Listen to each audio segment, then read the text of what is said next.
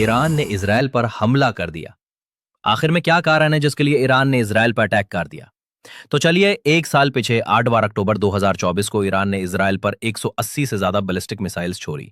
इन missiles को launch करने का ऑर्डर सीधा ईरान का हेड ऑफ द स्टेट और supreme leader ayatollah Ali Khamenei ने दी थी। ईरान के आईआरजीसी ने कहा है कि 90% मिसाइल्स अपने टारगेट पर सक्सेसफुली हिट किया। दूसरी तरफ इजराइल का यह कहना है कि ज्यादातर मिसाइल्स इंटरसेप्ट कर ली गई थी इजराइल की एयर डिफेंस सिस्टम द्वारा। इजराइल का कहना है कि उनको मिनिमल डैमेज हुई है, लेकिन इजराइल का प्रधानमंत्री बेंजामिन नेतन्याहू का कहना है कि इसका जवाब देंगे। यह पहली बार नहीं है कि इजराइल पर हमला की है। 13 अप्रैल 2024 को करीब 170 drones, 38 cruise missiles and 110 ballistic missiles Israel पर छोड़ी गई। अप्रैल में इस हमले का क्या कारण हो सकता है कि ईरान ने इजराइल पर हमला किया? ईरान ने कहा रिवेंज। 1 अप्रैल 2024 को इजराइल ने एयर स्ट्राइक की थी सीरिया देश की कैपिटल सिटी दमास्कस में। इस हमले में 7 ईरानियन मिलिट्री के जान चली गई, जिसमें ईरान एम्बेसी के एक टॉप जनरल मोहम्मद रेजा जहेदी भी शामिल थी। अब सवाल यह है कि इजराइल ने यह एयर स्ट्राइक क्यों की थी? इजराइल ने कहा यह कोई एम्बेसी नहीं थी, बल्कि ये एक मिलिट्री बिल्डिंग थी, और जिस ऑफिसर को मारा गया वो हिजबुल्लाह के साथ बड़ा क्लोजली लिंक्ड थी। अप्रैल में इजराइल पर जो हमला हुआ उसमें सिर्फ एक दिन में खर्चा हुआ करीब $200 मिलियन। इनके पास अनलिमिटेड सप्लाईज नहीं है। अगर हाथ से ज्यादा बैलिस्टिक मिसाइल्स इजराइल के ऊपर छोड़ी गई तो इजराइल के डिफेंस सिस्टम फेल हो जाएगा, क्वांटिटी और पैसे की वजह से। यह अटैक एक धमकी की तरह है कि ईरान ने धमकी दी है इजराइल को कि शुक्र मनाओ, हमने और ज्यादा हमला नहीं की। इजराइल पर हिजबुल्लाह और हूथी जैसे ग्रुप्स काफी सालों से हमला करता है, लेकिन जब से इजराइल ने गाजा पर हमला की है उसके बाद इनकी तरफ से हमला और बढ़ते गए। इन तीनों देश, गाजा में हमास, यमन में हूथी और साउथ लेबनान में हिजबुल्लाह, इन्हें ईरान पीछे से सपोर्ट करता है पैसे देकर। 7 अक्टूबर 2023 से लेकर 22 सितंबर 2024 तक इजराइल ने गाजा के ऊपर जो हमला किया उसमें 40,450 पैलेस्टीनियन लोग मारे जा चुके हैं ऑन रिकॉर्ड। इनमें से ज्यादा लोग औरतें और बच्चे हैं। 2 मिलियन से ज्यादा लोग डिस्प्लेसमेंट हो चुका है। अप्रैल के हमले से पहले ईरान डायरेक्टली इन्वॉल्व नहीं थी इस वॉर में, लेकिन 14 अप्रैल 2024 को ऑफिशियली स्टेटमेंट ईरान की तरफ से दी जाती है, आपसे ज़ायनिस्ट रेजिम अगर हमारे इंटरेस्ट्स, एसेट्स, लोगो या सिटीजन पर हमला करेंगे तो हम काउंटर। यह कहा जाता है आईआरजीसी के हेड हुसैन सलामी की द्वारा। अब आते हैं प्रेजेंट की खबरें में। ईरान हर दिन इसराइल का अलग अलग शहरों को टारगेट कर रहा है। ईरान के हमले में मोसाद का हेडक्वार्टर और इसराइल का स्टॉक एक्सचेंज ऑफिस तबाह हो चुकी है। इसराइल में मौजूद माइक्रोसॉफ्ट ऑफिस भी उड़ा दिया है। ईरान अब तक इसराइल में 400 बैलिस्टिक मिसाइल्स छोड़ चुका है। इसराइल का कहना है कि ईरान हम पर क्लस्टर बॉम्ब फेंक रहा है। इन हमलों ने इसराइल के एयर डिफेंस सिस्टम को भी हिला के रख दिया है। ईरान का इस बैलिस्टिक मिसाइल्स को रोकने के लिए इसराइल को हर दिन करीब $285 मिलियन का खर्चा आ रहा है।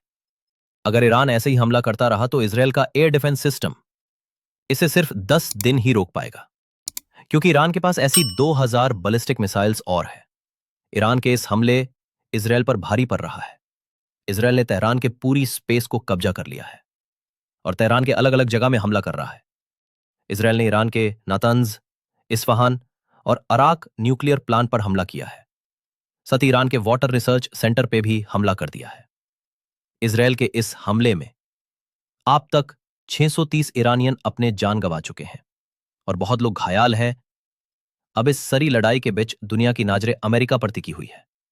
डोनाल्ड ट्रंप जब G7 की मीटिंग छोड़कर अमेरिका वापस गए थे, तब सभी को यह लगा कि अब अमेरिका ईरान पर हमला करने वाला है, लेकिन ऐसा नहीं है।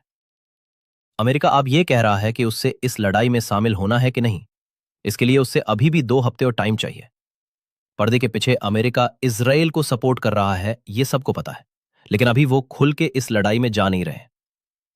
एक तरफ ईरान इजराइल पर हमला कर रहा है और दूसरी तरफ अमेरिका ईरान को धमकी दे रहा है। ऐसा लग रहा है कि इजराइल की हमले से ईरान इतना टूट जाए कि वो यूएसए के साथ किसी भी न्यूक्लियर डील साइन करने के लिए राजी हो जाए। और वो न्यूक्लियर डील क्या है वो भी समझ लेते हैं। अमेरिका का न्यूक्लियर डील यही है कि परमाणु बॉम्ब बनाने में इस्तेमाल होने वाला यूरेनियम के प्यूरिफिकेशन तुरंत बंद कर दें। बराक ओबामा के टाइम अमेरिका ने ईरान के साथ जो डील की थी, उसके हिसाब से ईरान 2030 तक अपनी न्यूक्लियर प्रोग्राम को डेवलप नहीं कर सकता था। एक्सपर्ट्स बता रहे हैं कि जो डील ट्रंप ईरान के साथ करना चाहता है, उसमें ट्रंप चाहता है कि ईरान 2045 तक अपनी न्यूक्लियर प्रोग्राम को डेवलप ना करे। साथ ही अमेरिका यह भी चाहता है कि ईरान अपनी बैलिस्टिक मिसाइल्स खत्म कर दे। अब ये दोनों बातें ईरान को मान जाना मुश्किल है, क्योंकि ईरान को अपनी एक्सपीरियंस से यह समझ में आ गया है कि अमेरिका से तब तक सेफ नहीं है जब तक कि उसके पास खुद परमाणु बॉम्ब ना आ जाए। अब अमेरिका यह कह रहा है कि ईरान ने यूरेनियम का एनरिचमेंट इस लेवल तक कर ली है कि वो कभी भी न्यूक्लियर बॉम्ब बना सकता है। अमेरिका यह भी कह रहा है कि खमेनी ऑर्डर दे तो ईरान सिर्फ कुछ ही हफ्ते में परमाणु बॉम्ब बना सकता है। यही बात नेतन्याहू ने भी कही थी। अब अमेरिका का तमाम धमकियों के बावजूद ईरान ये क्लियर कर चुका है कि वो सरेंडर नहीं करेगा। ऐसे में सवाल यह है कि अब अमेरिका क्या करेगा, क्योंकि ट्रंप तो बहुत पहले से ही धमकी दे रहा है कि अगर ईरान ने हमारे साथ डील नहीं की तो हम ईरान पर हमला कर देंगे। तो सवाल यह है कि अमेरिका ने 2 हफ्ते का टाइम क्यों लिया? पहला रीजन तो यह है कि जब से ईरान और इजराइल का वॉर चल रहा है तब से पूरी दुनिया में तेल का दाम 10% बढ़ चुका है। अब तेल का दाम बढ़ते हैं तो सबसे ज्यादा इफेक्ट अमेरिका में पड़ते हैं, और अमेरिका में अभी मिड टर्म इलेक्शन भी होने वाला है। वैसे भी ट्रेड वॉर के बाद अमेरिका की खुद की हालत अच्छी नहीं है। ऐसे में वहां महंगाई और बढ़ गई तो ट्रंप को बहुत भारी पड़ेगा। दूसरी रीजन, जैसे ही यह माहौल बनने लगा कि अमेरिका भी ईरान और इजराइल की लड़ाई में कुड़ सकता है, तो रशिया और चाइना ने अमेरिका को धमकी दी कि इस बारे में सोचना भी मत। मतलब रशिया और चाइना ने साफ साफ बता दिया है कि अगर ईरान और इजराइल के लड़ाई में अमेरिका साथ गए तो हमें भी ईरान के साथ जाना पड़ेगा। अगर किसी लड़ाई में अमेरिका, इजराइल और यूरोप के कुछ देश एक साथ हो, दूसरी तरफ ईरान, रशिया और चाइना एक साथ हो जाएं, तो फिर सीधा थर्ड वर्ल्ड वॉर शुरू जाए। अब अमेरिका को भी पता चल गया है कि इस लड़ाई में जुड़ने का मतलब क्या है। एक तरफ यह भी खबरें आ रही है कि चाइना का कुछ बोइंग एयरक्राफ्ट ईरान गए हैं।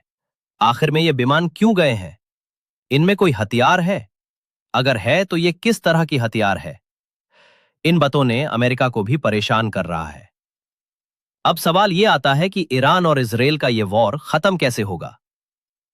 दोनों देश इस लड़ाई से क्या हासिल करना चाहता है?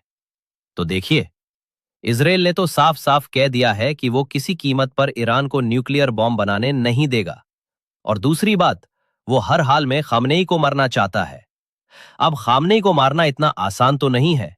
इसमें भी 2 चैलेंज है।